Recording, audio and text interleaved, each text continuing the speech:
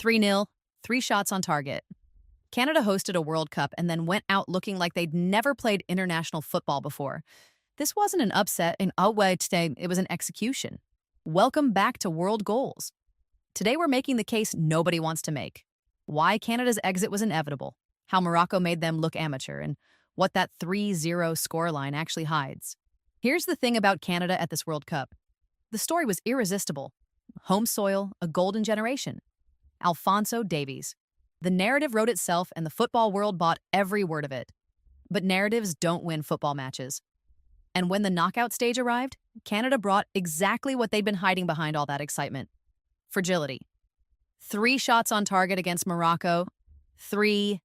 In a knockout game on home turf, with everything on the line, that is not a team that believed it could win. That is a team that froze. Morocco didn't even need to be extraordinary. They just needed to be disciplined, organized, and ruthless in the moments that mattered. And Canada handed them every single one of those moments.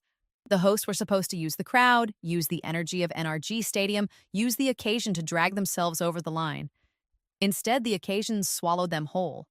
The hype was the trap. And Canada walked straight into it. But here's what nobody's talking about. It wasn't just the goals that killed them. It was what happened before them. Morocco came into this match with a plan, and they executed it with the kind of cold precision that separates knockout stage teams from tourists. They finished with 4 shots on target to Canada's 3. That gap sounds small on paper.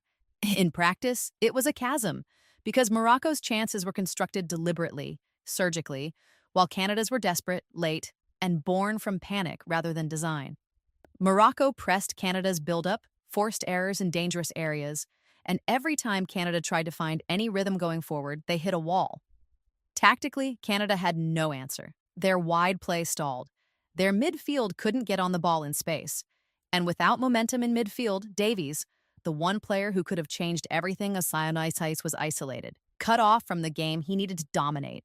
Morocco understood exactly where Canada's threat lived, and they strangled it before it could breathe.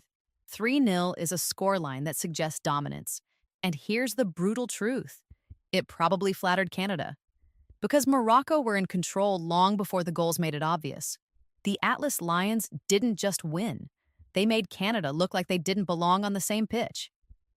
And that raises a question nobody in Canadian football wants to answer. Canada co-hosted this World Cup. They got home games, home crowds, a direct route into the group stage without qualification pressure. Every possible advantage a nation could ask for. And they still couldn't win a knockout match.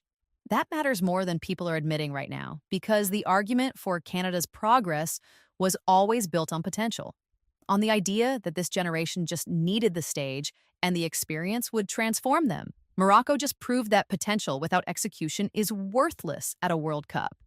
3 shots on target. That is the legacy of Canada's 2026 campaign. Not Davies, not the energy, not the tournament itself. 3 shots on target in the match that defined them. The hard conversation now is this. Was Canada ever a genuine contender, or were they always just a compelling storyline? Morocco gave the honest answer. And Canadian football has to sit with that result and figure out what it actually needs to build. Not the hype machine, but the tactical identity to compete when it genuinely counts. The window isn't closed, but it's a lot narrower than anyone admitted before this game. So here's the debate. Can Canada come back from this and build something real? Or was 2026 their ceiling? Drop your take in the comments. Share this with anyone still processing that scoreline, and subscribe to WorldGoals for more.